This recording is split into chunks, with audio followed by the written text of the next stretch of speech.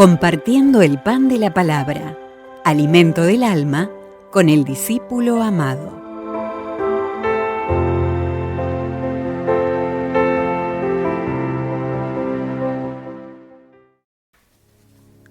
Lectura del primer libro de los Reyes. Al llegar al monte de Dios, el Horeb, el profeta Elías entró en una cueva y permaneció allí. El Señor le dijo: «Sal de la cueva y quédate en el monte para ver al Señor, porque el Señor va a pasar». Así lo hizo Elías, y al acercarse el Señor, vino primero un viento huracanado que partía las montañas y resquebrajaba las rocas, pero el Señor no estaba en el viento. Se produjo después un terremoto, pero el Señor no estaba en el terremoto. Luego vino un fuego, pero el Señor no estaba en el fuego. Después del fuego se escuchó el murmullo de una brisa suave. Al oírlo, Elías se cubrió el rostro con el manto y salió a la entrada de la cueva. Palabra de Dios.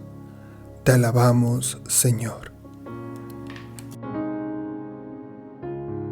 Muéstranos, Señor, tu misericordia y danos tu salvación. Voy a escuchar lo que dice el Señor. Dios anuncia la paz a su pueblo y a sus amigos. La salvación está ya cerca de sus fieles y la gloria habitará en nuestra tierra. La misericordia y la fidelidad se encuentran. La justicia y la paz se besan. La fidelidad brota de la tierra y la justicia mira desde el cielo. El Señor nos dará la lluvia y nuestra tierra dará su fruto. La justicia marchará con Él, la salvación seguirá sus pasos.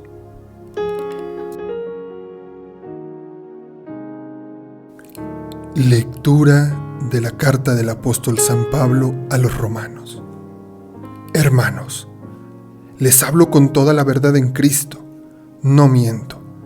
Mi conciencia me atestigua con la luz del Espíritu Santo, que tengo una infinita tristeza y un dolor incesante tortura mi corazón. Hasta aceptaría verme separado de Cristo, si esto fuera para bien de mis hermanos, los de mi raza y de mi sangre, los israelitas a quienes pertenecen la adopción filial, la gloria, la alianza, la ley, el culto y las promesas. Ellos son descendientes de los patriarcas y de su raza, según la carne, nació Cristo, el cual está por encima de todo, y es Dios bendito por los siglos de los siglos. Amén. Palabra de Dios. Te alabamos, Señor. Lectura del Santo Evangelio según San Mateo. En aquel tiempo, inmediatamente después de la multiplicación de los panes, Jesús hizo que sus discípulos subieran a la barca y se dirigieran a la otra orilla. Mientras él despedía a la gente, después de despedirla, subió al monte a solas para orar. Llegada la noche, estaba él solo allí. Entretanto, la barca iba ya muy lejos de la costa y las olas la sacudían, porque el viento era contrario. A la madrugada, Jesús fue hacia ellos caminando sobre el agua. Los discípulos al verlo andar sobre el agua se espantaron y decían: «Es un fantasma», y daban gritos de terror. Pero Jesús les dijo enseguida: «Tranquilícense y no teman, soy yo».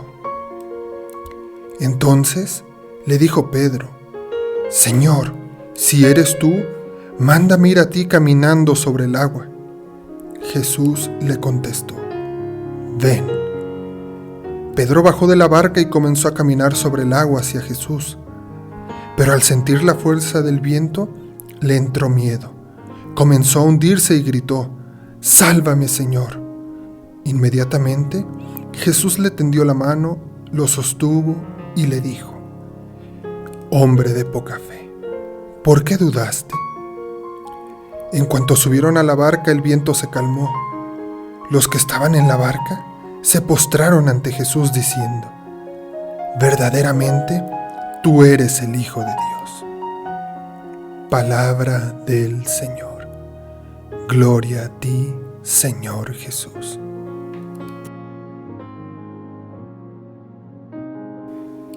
Queridos hermanos, con la lectura de este episodio del Evangelio de Mateo, la cual podemos denominar la marcha sobre las aguas, se evocan muchas cosas de las experiencias de la resurrección. De hecho, es muy fácil entender que este no es simplemente un episodio histórico de la vida de Jesús y de sus discípulos, sino que además encierra experiencias pascuales. No hace falta más que poner atención en las expresiones que se usan en esos momentos, incluso en cómo se postran los discípulos ante el Señor resucitado. Y es que en la comunidad primitiva no podía evocarse este momento de la vida de Jesús sino como Salvador y Señor, lo cual sucede especialmente a partir de la resurrección.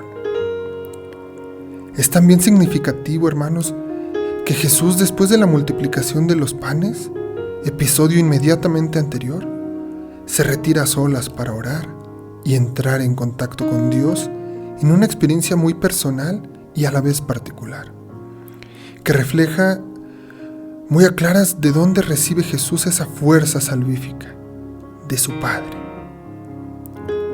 Los discípulos, por otro lado, en la barca, están en sus faenas.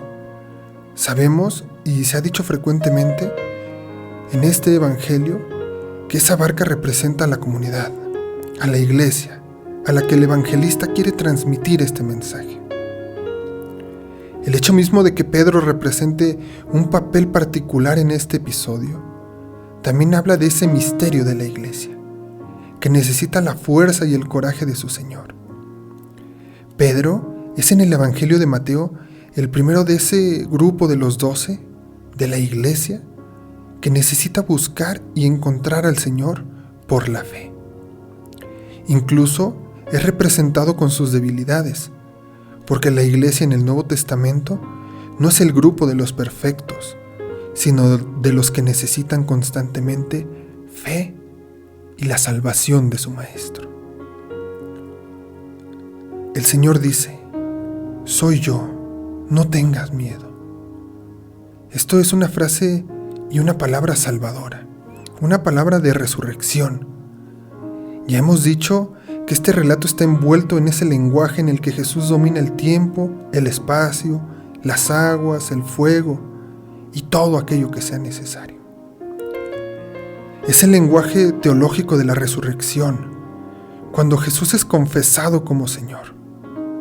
Pero de la misma manera que Dios se manifestó a Elías en el Horeb, ante la desesperación de los suyos, no viene en medio del terremoto, sino caminando sobre las aguas, que es como decir, en la serenidad de la noche, en el silencio imperceptible y cuando hace falta. Podría parecer que hoy Jesús es especialmente exigente por pedirle creer a Pedro, nada más y nada menos, que se puede caminar sobre las aguas. Y le dice: qué poca fe. En algún momento pareciera que le recrimina algo. Sin embargo, esa manera de interpretar el Evangelio es más propia de un aficionado, más que de un creyente en Cristo. Pedro se hunde precisamente cuando su fe deja de ser y de estar ansiada en Jesús, y se desvía hacia el hecho extraordinario de estar caminando sobre las aguas, pierde de vista al Maestro. No siempre resulta fácil reconocer la presencia de Dios en nuestra vida, como también nos lo recuerda el episodio de Elías. A veces le buscamos en grandes o extraordinarios acontecimientos y por eso no lo encontramos.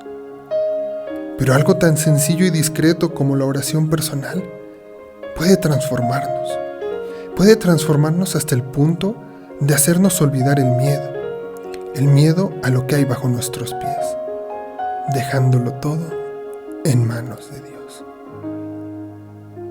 Te invito, hermano, a que hoy te animes a mirar al Señor, a dejar de ver esas cosas que te pueden alejar y que te pueden hacer perder la fe. Mira al Señor, míralo a Él, porque solo en Él encontrarás esa fuerza que te llevará a ser feliz, a vivir la eternidad. Nos quedamos, hermanos, el día de hoy en presencia del Padre, del Hijo y del Espíritu Santo. Amén.